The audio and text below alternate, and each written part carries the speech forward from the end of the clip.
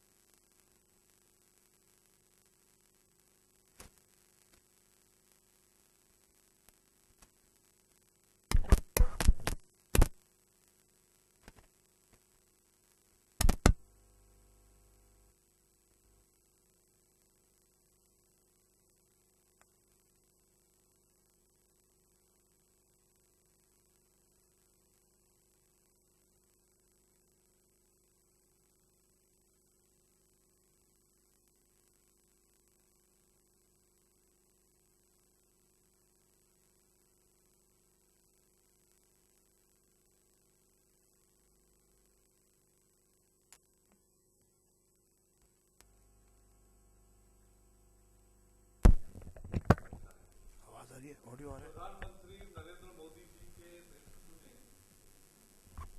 सरकार स्थापन होकर आज हो गया क्या? ऑडियो आ रहा है? 36 दिनों में मैं एक के बाद एक ऐसे 236 जनहित के निर्णय बता सकता हूं। इससे भी ज्यादा हुए, हर मंत्रालय में हो रहे। देश में बदलाव जो होता है वो केवल एक धमाकेदार निर्णय से नहीं होता। हर मंत्रालय में जो रोज निर्णय हो रहे हैं उससे ये बदलाव की बयान तैयार हुई है। 10 साल यूपीए के सरकार में सबसे लोग परेशान थे महंगाई से। उस महंगाई को लगाम लगा ये सबसे बड़ी उपलब्धि है।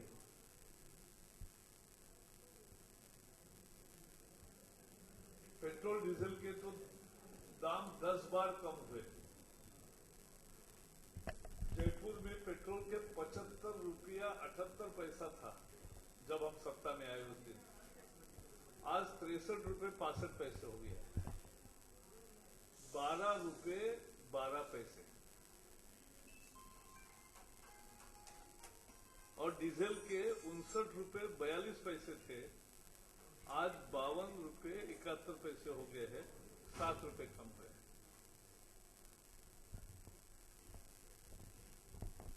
कुछ लोग कहेंगे भाई दुनिया में कम हुए, लेकिन कम हुए तो जनता को दिए भी फायदा। यूपीए सरकार के दरमियान महंगाई रोकने में जब विफलता आई तो प्रसिद्ध अर्थशास्त्री थे हमारे प्रधानमंत्री उस समय, मनमोहन जी ने कहा कि क्या करें, महंगाई रोकी नहीं जाती और पैसे क्या पेड़ पर लगते हैं। लेकिन आज रोक के दिखाई। केवल थोक सूचकांक, थोक मूल्य दर नहीं, खुदरा मूल्य दर भी 3% हो गया और थोक सूचकांक तो और कम हुआ, लगभग 0% पे आते। तो महंगाई से जो राहत मिली, बाजार में सभी वस्तुओं के दामों में कमी आई। जो मुनाफाखोरी थी उसके ऊपर कड़े कार्रवाई की, इसका ये परिणाम है। ऐसे ही नहीं आया, सरकार बदली, लोगों का गुस्सा सबके समझ में भी आया। और जब बाजार में अनाज की थोड़ी कमी हुई और दाम बढ़ने लगे, ये कौन बोल रहा है, पीछे कौन बोल रहा है? जब बाजार में अनाज की कमी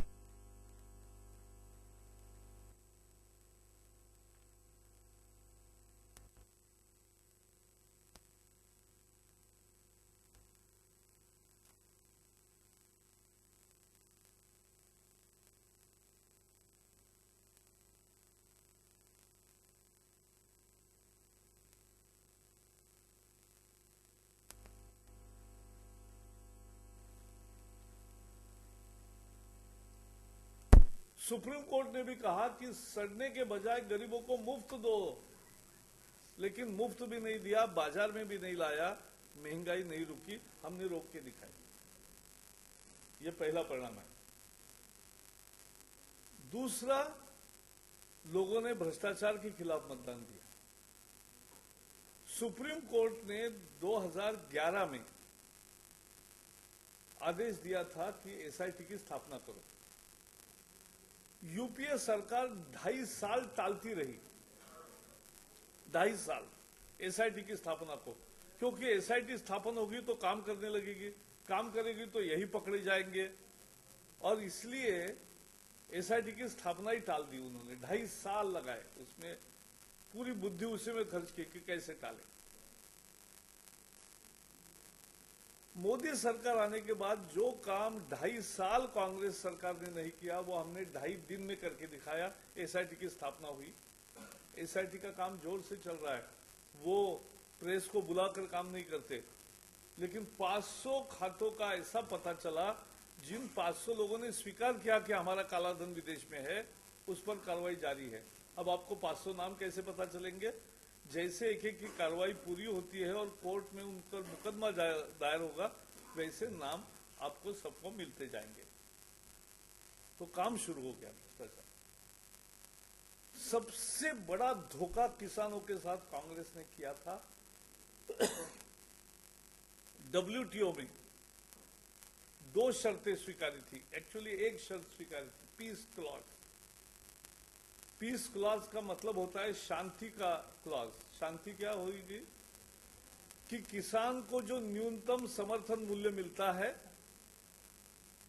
उसको दुनिया ने करार दिया कि यह अनफेयर ट्रेड प्रैक्टिस है, और इसलिए न्यूनतम समर्थन मूल्य को 2016 से खत्म करेंगे, ये कांग्रेस ने स्वीकार किया था। 2016 से न्यूनतम समर्थन मूल्य को खत्म करने का कांग्रेस ने स्वीकार किया था, और उससे गरीब के लिए खाद्य सुरक्षा योजना दिक्कत में आने वाली थी, समाप्त हो सकती थी। मोदी सरकार ने लड़ाई लड़ी डब्ल्यूटीओ में, जबरदस्त लड़ाई भारत ने लड़ी। अकेले होना पड़ा तो भी हम होंगे, लेकिन हम गरीब का साथ नहीं छोड़ेंगे, ये कहा। और फिर अमेरिका और सारे दुनिया को झुकना पड़ा, भारत की शर्त को मानना पड़ा कि हम हमारा न्यूनतम समर्थन मूल्य व्यवस्था जारी रखेंगे और खाद्य सुरक्षा भी जारी रहेगी। बैंक जनता के दरवाजे में आ गए। उल्टा होता था, गरीब बैंक के पास जाता था, उसका खाता नहीं खुलता था, क्योंकि उसके पास पैसे नहीं होते थे।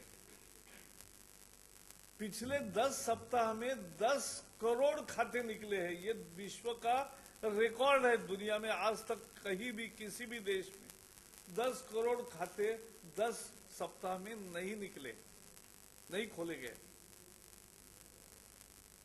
और कमाल की बात है कि लगभग 15,000 करोड़ रुपए भी उसमें जमा हो गए। लोगों ने किए जमा,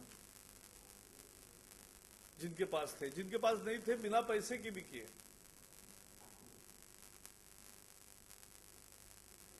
इसमें 3 फायदे ग्राहक को मिलने वाले हैं। गरीब को मुफ्त में आयुर्बीमा मिलेगा 30,000 रुपए का,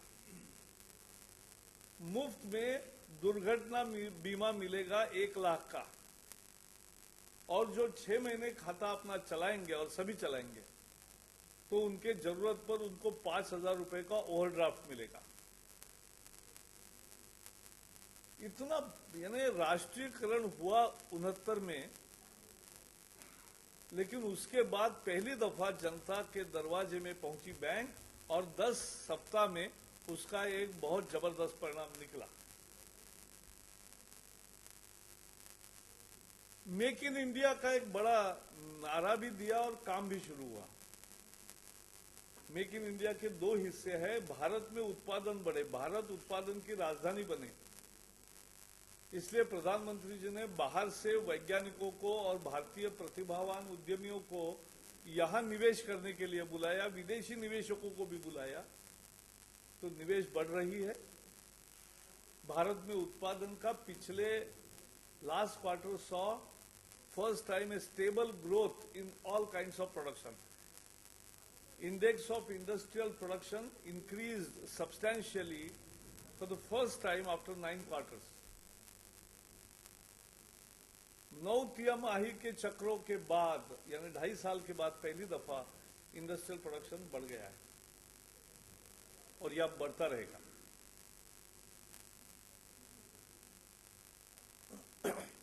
इसमें कौशल का विकास करने की योजना भी बनी है, उसका अलग मंत्रालय बना, राजीव प्रताप रूडी है उसके मंत्री अभी. तो कौशल विकास के भी कार्यक्रम जल्दी जारी होंगे और रोजगार के अवसर भी बढ़ेंगे. ये दोनों होने वाला है. एक गंगा सफाई का अभियान किया है, ये बहुत महत्वपूर्ण है. गंगा सफाई ये शुरुआत है, सभी नदियों को साफ करना है, क्योंकि आज अपना 1/3 औद्योगिक प्रदूषण बिना ट्रीटमेंट का नदियों में जा रहा है. आधा घरेलू जो कूड़ा करकट है वो भी नदियों में जा रहा है, और जो 2/3 खेती में जो ज्यादा खाद डालते हैं या दवाई डालते हैं वो भी पानी में जा रहा है, जल स्रोतों में. तो सारे जल स्रोत दूषित हो गए और इसलिए इसको सुधारना है तो प्रदूषण को रोकना पड़ेगा जहां पानी में जाता है. और गंगा के किनारे पर 764 उद्योगों को पर्यावरण विभाग ने चिन्हित किया है और उनको प्रदूषण रोकने के उपाय 31 मार्च तक पूरे करने को कहा है. हर उद्योग की हम अलग बैठक कर रहे हैं, क्योंकि कोई 31 मार्च को ना कहे कि हमारा कुछ नहीं हुआ. सबको काम करना पड़ेगा. जहां जरूरत है सहायता भी देंगे. स्मार्ट सिटी योजना, 100 स्मार्ट सिटीज बनेंगे, वो पर्यावरण के पूरक भी होंगे, नए उद्योग और रोजगार भी देंगे, और यातायात से लेकर हर चीज वहां सुचारू रूप से होगी. पीएम सीएम टीम हुई है तैयार, ये अभी मत देना. पीएम सीएम टीम तैयार हो गई है. उसका मतलब है कि राज्य किसी भी पार्टी का हो, सरकार सबको साथ लेकर चले. मोदी जी का नारा ही है कि सबका साथ सबका विकास. पीएम सीएम टीम, तो एक बैठक 6 घंटे चली, हर मुख्यमंत्री के साथ अलग से बात हुई और सब मिलकर भी बात हुई. तो ये काम चलेगा और एक टीम के तहत देश का उद्धार के लिए सब इकट्ठा आकर काम करेंगे. भले ही राजनीति की मायने में दूसरी राय हो, दूसरी पार्टी हो. प्लानिंग कमीशन के जगह नीति आयोग की स्थापना हुई. तो जैसे मैंने 10-12 पहले गिनाए, लेकिन बहुत काम. सुशासन का तो मेरा पर्यावरण विभाग में 3-4 जो बड़ी बातें हुई है मैं बताऊंगा. हमने पहले तो ऑनलाइन, यानी जिसको भी वन विभाग की परमिशन चाहिए या एनवायरमेंट पर्यावरण विभाग की परमिशन चाहिए, पहले बहुत बहुत कष्ट होते थे लोगों को. अब हमने ये समाप्त किया, पारदर्शी प्रक्रिया की, ऑनलाइन की. और उसमें खूबी यह है कि अपनी फाइल कहां घूम जा रही है ये वो देख सकता है घर बैठे. समय सीमा के तहत फाइल का मूवमेंट होना ही चाहिए, ये भी उसमें दूसरा विशेषता है. दूसरा हमने किया, रक्षा के मामले में सब बहुत सारे डिफेंस के प्रोजेक्ट्स पेंडिंग थे. हमने एक निर्णय लिया कि देश बचेगा तो पर्यावरण बचेगा और पर्यावरण बचेगा तो देश बचेगा, दोनों परस्पर अवलंबी है. तो इसलिए देश के तरक्की को इस तरह से रक्षा को रोक नहीं सकते. इसलिए 6000 किलोमीटर के बॉर्डर रोड्स और उसके कनेक्टिंग रोड्स, उसको हमने जनरल अप्रूवल दे दिया। फाइल हमारे यहां नहीं आएगी, उनकी निश्चित शर्तें हैं। एक पेड़ कटा तो 3 पेड़ लगाने पड़ेंगे, बढ़ाने पड़ेंगे, देखेंगे हम। लेकिन एक जनरल स्थायी शर्तों के साथ उनको जनरल अप्रूवल दे दिया, हर बार फाइल नहीं आनी पड़ेगी। कारवार में नेवी का दूसरा हब होना था, वो भी दे दिया। बहुत सारे बाकी प्रोजेक्ट दिए। और सीमा से 100 किलोमीटर में मिलिट्री को, रक्षा विभाग को जो भी काम करना है उसके लिए फाइल भेजने की जरूरत नहीं।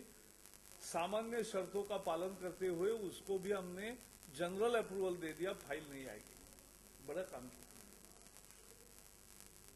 ऐसे ही हमने डिसेंट्रलाइज किया, राज्यों को अधिकार ज्यादा दिए। कल एक्चुअली कैंपा फंड जो है वनीकरण के लिए, वो 33,000 करोड़ रुपए हम बांटने के लिए तैयार है सभी राज्यों को। 12 साल से ये लंबित मामला है। पैसे केंद्र सरकार के पास जमा हो रहे, हम राज्यों को बांटना चाहते हैं, लेकिन फिर भी कोई तकनीकी पेच फंसा है। कल कोर्ट में तारीख थी, अब 27 मार्च हो गई है। हम तब तक उसका रास्ता निकालेंगे और राज्यों को हम ज्यादा वनीकरण के लिए अधिक पैसा देंगे। जो राज्य अपना बजट का पैसा कायम रखेंगे वनीकरण के लिए, लेकिन ये नया वनीकरण होगा। तो एक के बाद एक हर मंत्रालय का अगर मंत्री आएगा और बताने लगेगा तो 50-50 चीजें बता सकता है जो बदलाव किए, बहुत बदलाव रोज। इसका कारण हमारी श्रद्धा यह है कि चीन हमसे आगे निकल गया, 4 गुना बड़ा हो गया। क्यों? इसलिए नहीं कि उन्होंने सुधार की प्रक्रिया 13 साल पहले शुरू की। इसलिए चीन आगे हो गया क्योंकि उन्होंने रोज बदलाव किए। आज मोदी सरकार में भी रोज बदलाव कर रहे हैं, छोटे बड़े, और इसलिए सुधारों का देश आगे बढ़ेगा। और ये सब जनता को लेकर चल रहा है। इसलिए आदर्श गांव योजना, स्वच्छता अभियान, ये सारे विषय उसके लिए है। और इसलिए हमने भी पर्यावरण विभाग के द्वारा एक तय किया है कि प्लास्टिक जो 40 माइक्रोन से नीचे पतली थैली पन्नी होती है, वो कानूनन गुनाह है बनाना, लेकिन उसका अमल नहीं हो रहा था। अब हम सख्ती करेंगे, अमल करेंगे और जनता को भी कहेंगे कि आप पन्नी मत ले जाओ। वो पहले भी हम कपड़े की थैली ले जाते थे, ले चलो। जनता का भी आंदोलन होगा, दबाव रहेगा और कानून का भी सख्त अमल होगा, तभी प्लास्टिक का कचरे से देश को मुक्त करना है। रोज देश में 15,000 टन प्लास्टिक का कचरा निर्माण होता है, कूड़ा 15,000 टन। उसमें 9,000 टन कलेक्ट होता है, उसका कुछ न कुछ तो होता है, लेकिन 6,000 टन पड़ा रहता है। वो सैकड़ों साल रहेगा, यानी एक साल में 20 लाख टन। कल्पना करो 100 साल में क्या हो जाएगा। अरे आपका गांव कहाँ है? वो प्लास्टिक का जो बड़ा ढेर है ना, उसके पीछे है, ऐसा लोग कहेंगे। वो हम होने नहीं देंगे, इसलिए उसके खिलाफ एक मुहिम चलाएंगे। तो बहुत सारे कदम है, ज्यादा मैं बोलूंगा नहीं। ऐसा काम जब चल रहा है और सबको विश्वास में ले रहे, तब दुर्भाग्य से विपक्षी दल कांग्रेस और उनके साथी दल गैर जिम्मेदाराना व्यवहार कर रहे हैं। लोकतंत्र में जो काम उनको करना चाहिए उसके बजाय बाधा डालने का काम वो कर रहे हैं।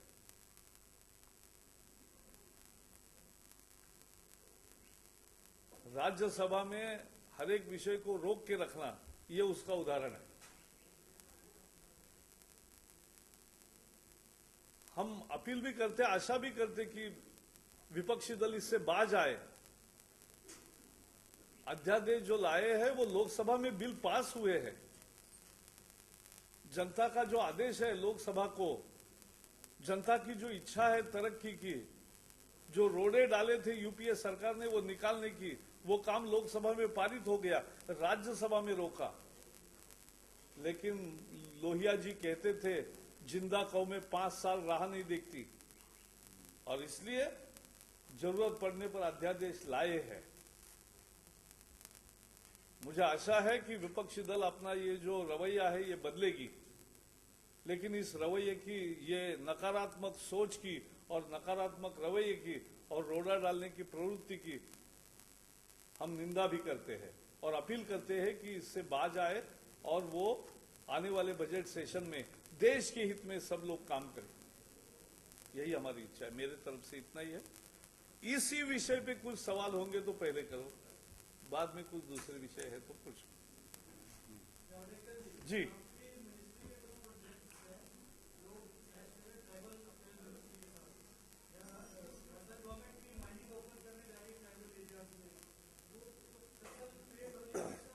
नहीं, मैं पहले खुलासा स्पष्टीकरण करना चाहता हूं कि बिल्कुल ही आदिवासियों के किसी भी अधिकार को खत्म नहीं होने देंगे। आप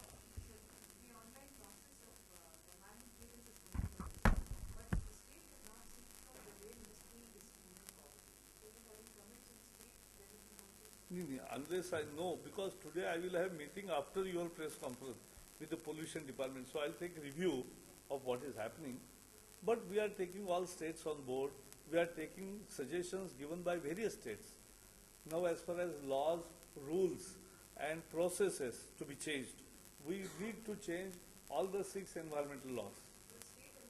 But that is why we are now taking stakeholders, because states are stakeholders. So we are asking, I have written just a reminder letter to the chief ministers who have not given us the comments, that they should submit their comments by 10 February.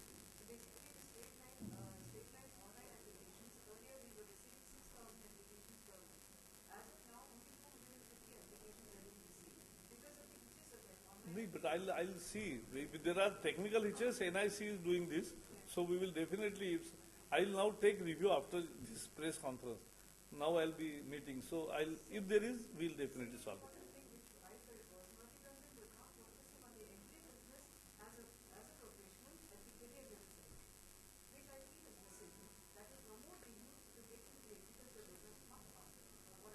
You are a journalist, no?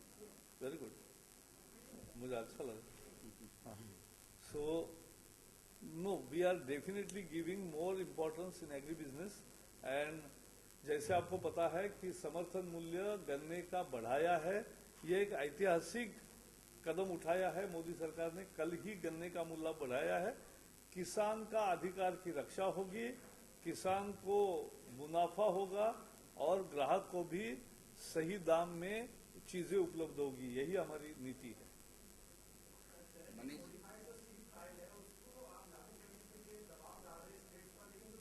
नहीं,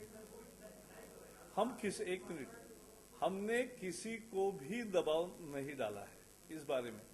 ऐसा है, विज्ञान ये कहता है कि किसी भी विषय का समीक्षा और ट्रायल होने के बाद ही वो खाने के लिए, आदमी के लिए उपयुक्त है नहीं है, सुरक्षित है नहीं है, इसका फैसला होगा. इसलिए उसको 10 साल लगते हैं. आज 10 साल के बाद क्या निकलने वाला है निष्कर्ष, उस पर आज चर्चा नहीं कर सकता मैं, कोई वैज्ञानिक नहीं. लेकिन विज्ञान को अपना काम करने देना चाहिए, लेकिन हम किसी पर भी कंपलसरी और दबाव नहीं कर रहे. नहीं, ये आपकी गलत फहमी है. विज्ञान का कोई विरोध नहीं करता. नहीं, देखो, 2 बातें हैं. एक, पहले तो आप मानोगे ना, 12 रुपए आप भी पेट्रोल से आते हो तो 12 रुपए तो आपके कम हो गए भाई. अरे फिर वही काम है. कांग्रेस के जमाने में बढ़ ही रहे थे, तब आप कुछ नहीं कह रहे थे. अभी 12 रुपए कम हुए तो आप कह रहे 15 क्यों नहीं हुए. अरे भाई 12 कम हुए, ये बड़ी बात है, उपलब्धि. यही तो मैं बता रहा. जो पॉजिटिव है वो देखो. नहीं, वो ठीक है ना. जो ऐसा है, जनता के कल्याण के लिए पैसे भी लगते हैं, तो इसलिए टैक्सेशन का वही एक मॉडल है, उसमें बैलेंस है. नेक्स्ट.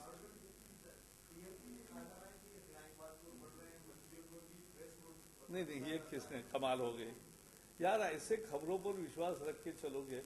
कितना बढ़िया ड्रेस खुद प्रधानमंत्री पहनते हैं, आप देखते हो देश विदेशों में. नहीं, ऐसा कोई कहेगा कि आप लुंगी ले लो, ऐसा कोई कहेगा? क्या बात करते हो. हाँ,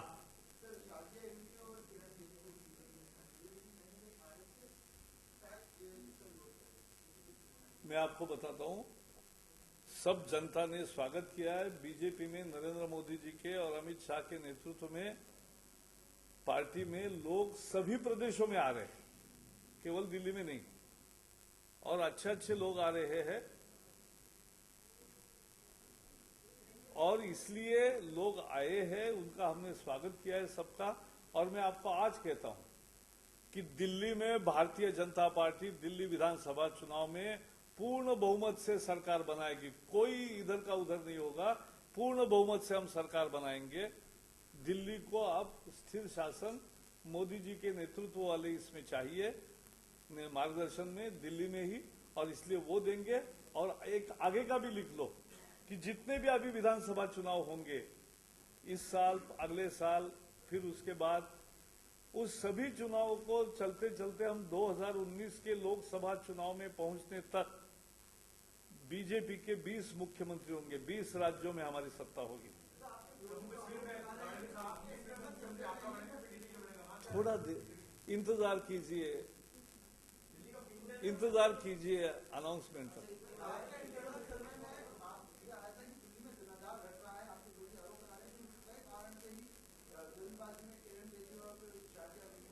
उनको पहले से ही आने वाले थे, पहले भी हमारे मुहिम में दोनों शामिल हुई थी, दोनों ने मोदी के नेतृत्व की प्रशंसा की थी। अब वो शामिल हुई है ऑफिशियली, इतना ही फर्क है, बाकी पहले से ही वो नहीं, बिल्कुल नहीं, बिल्कुल नहीं। अरे भाई, अब 10 तारीख को, 10 फरवरी, कोई दूर की बात नहीं कर रहा हूं, 10 फरवरी 2015 को सुबह 10 बजे आपको पता हो चलेगा कि दिल्ली में बीजेपी की पूर्ण बहुमत की सरकार बन गई है। वो तो पार्टी तय करती है। अमित जी आएंगे, आपको पूछे उनको।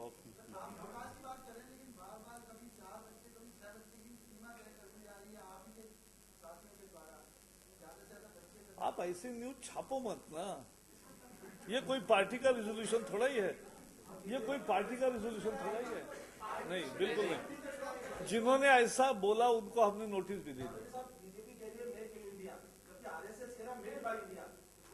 नहीं, ऐसा नहीं, दोनों का एक ही अर्थ है। इसमें कोई विरोध नहीं है, इसमें अंतर विरोध नहीं है। हाँ,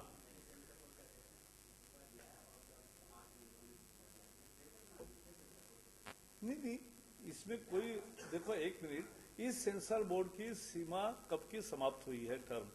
अब सरकार को नए सेंसर बोर्ड को नियुक्त करना है, इसलिए पहले मैं भी 5 महीने उसकी मंत्री था, थोड़ी प्रक्रिया हमने शुरू की थी। कल राजवर्धन राठौड़ ने बहुत अच्छी बात कही है, मुझे लगता है ही seized of the matter. Jaitley ji के मार्गदर्शन में नई व्यवस्था जल्दी आएगी, और इसलिए इस पर कोई ज्यादा बहस की जरूरत नहीं है। नहीं, वो नहीं है मुद्दा, वो तो एक उसकी व्यवस्था है। एफकैट जो होता है वो एक ट्रिब्यूनल है जिसमें लोग अपील कर सकते हैं और ट्रिब्यूनल निर्णय देता है। वो एफकैट ने इस्तीफा नहीं दिया।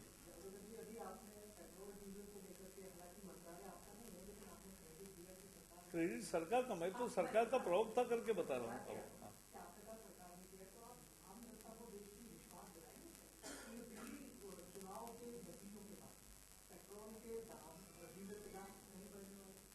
डीजल के और पेट्रोल के दाम डीरेगुलेशन का एक बहुत बड़ा फैसला सरकार ने किया, इसलिए अंतर्राष्ट्रीय बाजार में कम होंगे तो लोगों को भाव का तुरंत कम होने का फायदा मिलेगा, ये निश्चित मैं आश्वस्त करता हूँ।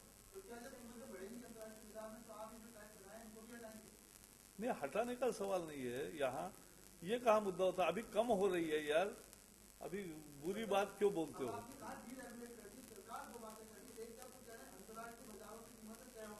हाँ, तो यही सही है। नहीं, नहीं, आप चिंता क्यों करते हैं। अभी जो कम हुए उसका फायदा लुफ्त उठाओ, जरा घूम के आओ।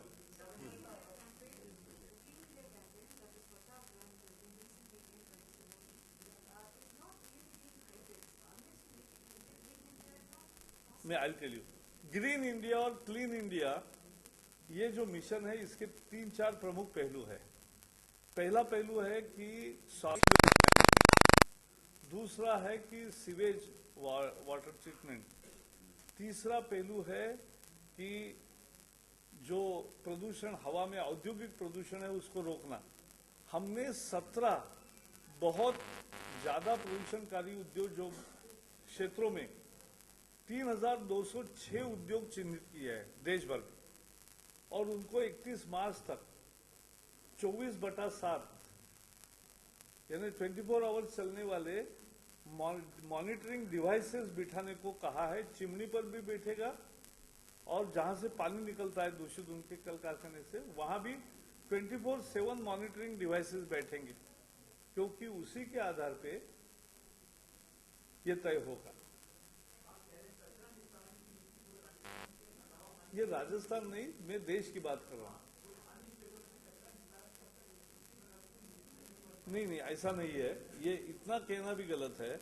अपने यहाँ 400 कॉरपोरेशंस है देश भर में, लगभग 300 350 से ज्यादा, और बाकी टाउन म्यूनिसिपैलिटीज भी है, और इसमें कुछ न कुछ कचरे की व्यवस्था अपने अपने तरीके से उन्होंने सोचकर चलाई है।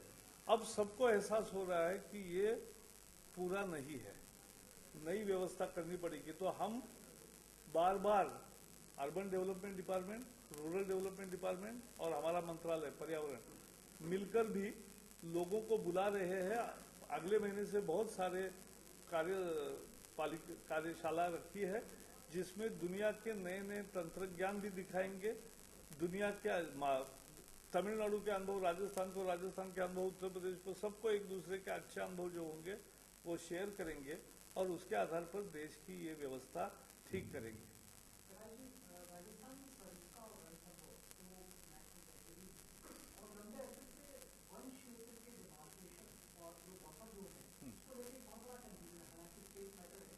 नहीं, मैटर मेरे पास ही है। हमने एक निर्णय किया है, देश में 600 वन क्षेत्र है लगभग, जिनकी सीमाएं तय है, लेकिन बफर जोन तय नहीं था, और बफर जोन तय न होने के कारण सुप्रीम कोर्ट ने कहा कि जब तक बफर जोन चिन्हित नहीं होता तब तक 10 किलोमीटर का बफर जोन रहेगा।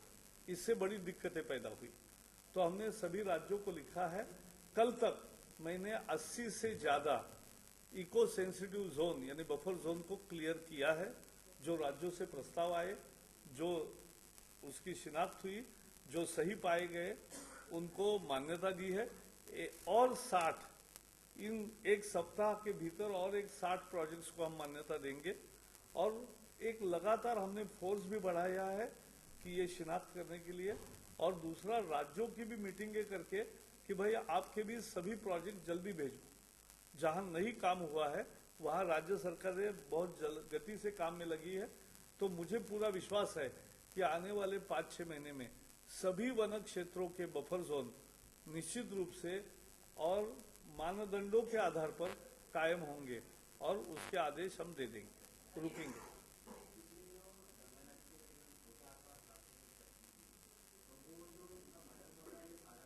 नहीं, ये मुझे पता नहीं है, ये तो उत्तर प्रदेश सरकार का है। मैंने भी आप जैसा पढ़ा है, और वो वैसे गंगा का विभाग पहले हमारे पास था, लेकिन अब उमा जी के पास है, तो वो हम सहयोग से काम करते हैं, लेकिन वो प्रत्यक्ष लोकल घटनाएं तो मुझे भी जानकारी अभी नहीं है।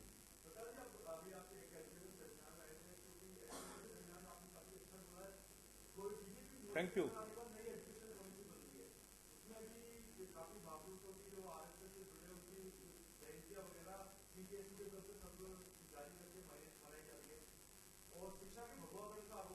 नहीं भाई, ये कहाँ से आपने पढ़ा, मुझे तो पता नहीं। मेरा भाषण जो है ना वही छापो, यानी सबका वो क्या होगा, उस भाषण से एकदम सबको लगेगा कि कुछ सही बोल रहे हैं हम।